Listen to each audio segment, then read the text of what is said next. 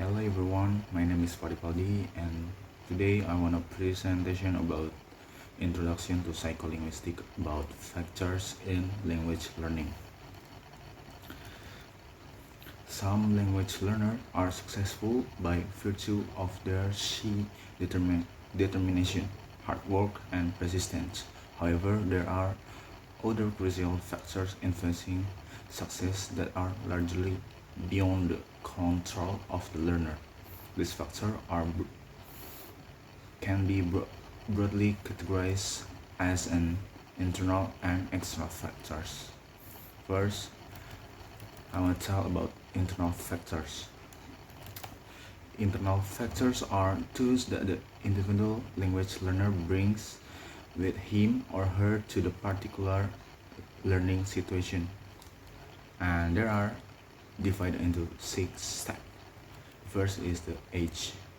The second, language acquisition is influenced by the age of the learner. Children who already have solid literacy skill in their own language seem to be in the best position to acquire new language efficiently. And the second is personality. Introvert or anxious learner usually make slower progress, particularly in the development of oral skill. They are less likely to make or to take advantage of opportunity to speak or to seek out such as opportunities. And the third is the motivation from the intrinsic. Intrinsic motivation has been found to correlate strongly with educational achievement.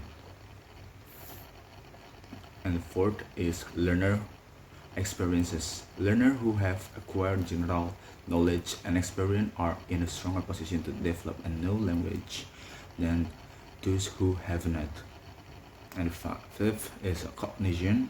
In general, it seems that the student with the greater cognitive abilities or intelligence will make the faster progress. And the last step is native language. Students who are learning a second language which is from the same language family as their first language have, in general, a much easier task than those who are not. And then from the external factors are those that characterize the particular language learning situation, and they are divided into 4 steps.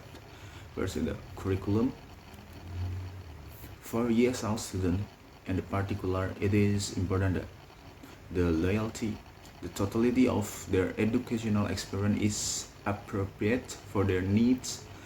Language learning is less likely to place if students are fully submerged into the mainstream program without any extra assistance, or conversely, not allowed to be part of the mainstream until they have reached a certain level of language proficiency. And then instruction. Clearly, some language teachers are better than others at providing appropriate and effective learning experience for the student in their classrooms. And next is culture and status.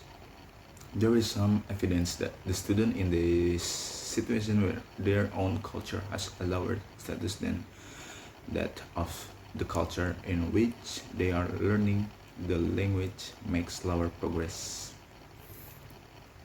And then last step is motivation from extrinsic. Students who are giving continuing appropriate encouragement to learn by their teacher and parents will generally far better than those who are not. And then we'll move to the presence theory. Presence theory have 5 main components in the factors language learning. Each of the components relates to a different aspect of the learning of language process. The 5 components are the acquisition, learning hypothesis, the monitor hypothesis, the natural order hypothesis, the input hypothesis, and the effective filter hypothesis.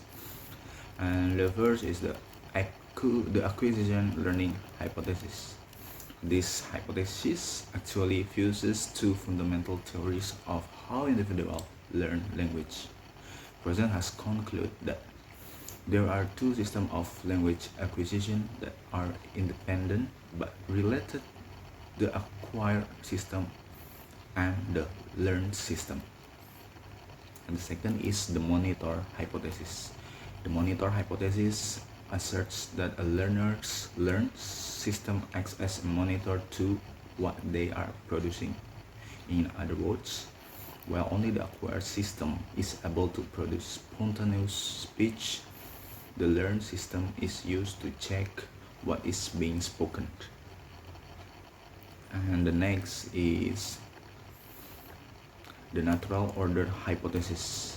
This hypothesis argues that there is a natural order to the way second language learners acquire their target language. Research suggests that this natural order seems to transcend age, the learner's native language, the target language, and the conditions under which the second language is being learned. And then the input hypothesis. This hypothesis seeks to explain how second language are acquired.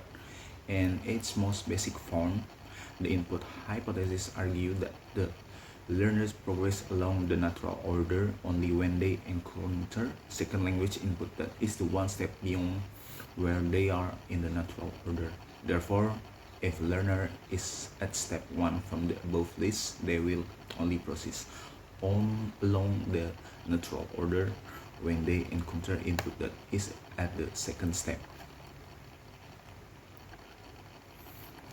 And the last is the affective filter hypothesis. This hypothesis describes external factors that can act as a filter that impedes acquisition. These factors include motivation, self-confidence, and anxiety. For example, if a learner has a very low motivation, very low confidence, and high level of anxiety, the affective filter comes into place and inhibits the learner from acquiring the new language. I think that's all from me. And sorry if I had a mistake. Wassalamualaikum warahmatullahi wabarakatuh.